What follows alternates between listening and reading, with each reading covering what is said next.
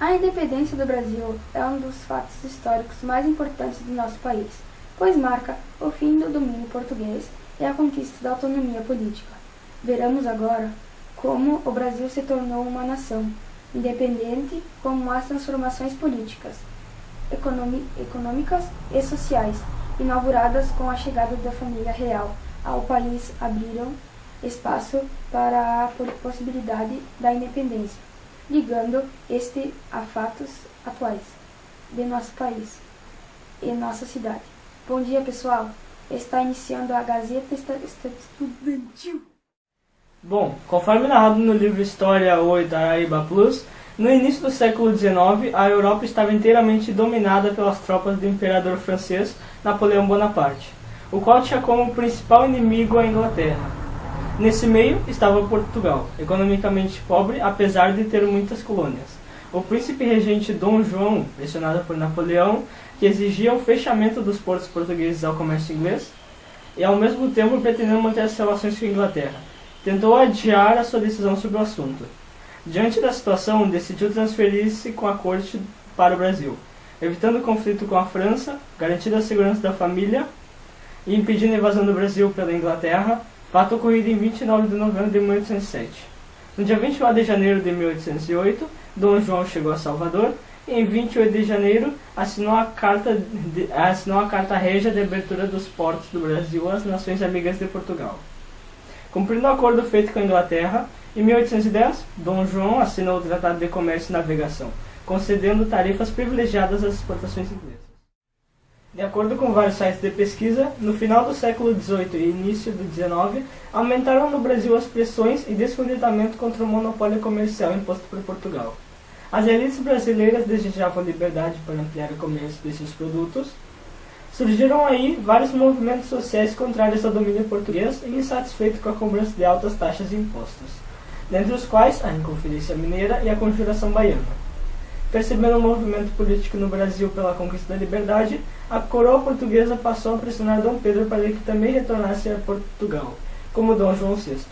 Entre a pressão portuguesa e a pressão brasileira para que ficasse, Dom Pedro declarou que ficou historicamente conhecido como Dia do Fico, no qual anunciou que ficaria no Brasil.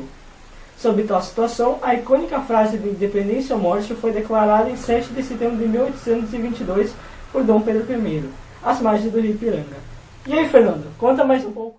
Certo, o tema ora tratado indica alguns fatos que desde os primórdios já mereciam atenção especial. Isso está implícito a nível nacional na luta do povo brasileiro contra os altos impostos e a corrupção que assola o país. Os impostos abusivos vêm de longa data, como o pagamento de 20% de todo o ouro encontrado aos portugueses, fato que motivou o movimento social em Inconfidência Mineira. Hoje, a carga tributária do Brasil é considerada uma das maiores do mundo, causada pelo aumento dos gastos públicos. Pagamos imposto sobre quase tudo, mas o retorno é insuficiente. Falando em corrupção, desde a colônia temos um Estado que nasce por concessão, no qual a instituição pública é usada em benefício próprio. Ela persiste no Brasil, mas é importante entender que o brasileiro não nasce corrupto. Isso é fruto das nossas instituições. Atualmente, os brasileiros convivem cotidianamente com a corrupção, pois mudam os governos e o cenário persiste. No cenário local, são merecedores de estudo, racismo e educação. Desde a época colonial, a força de trabalho dos negros foi empregada pela lógica do abuso e da violência, onde os castigos físicos eram um elemento eficaz na dominação. Mesmo na vida contemporânea, o racismo está intrínseco entre os brasileiros. Sua incidência pode não ser tão evidente para alguns, mas não deixa de existir, pois os negros continuam a ser ideologicamente definidos como inferiores. Já a educação no Brasil colônia começa com a atuação dos jesuítas por meio da catequese.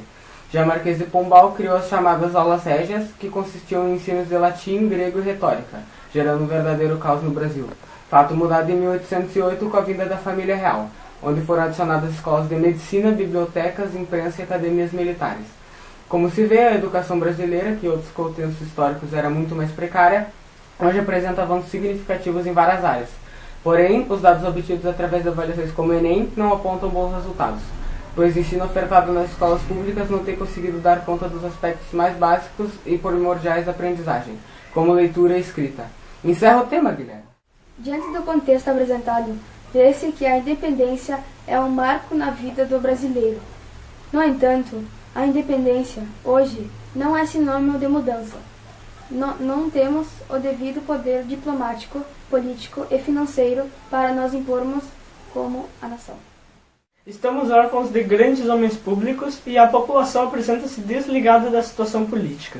Dessa forma, corrupção, impostos elevados, racismo e educação são problemas sociais que, embora muito falados, ainda precisam ser combatidos ou aprimorados a cada dia, através de investimentos, leis mais severas e principalmente através do voto consciente.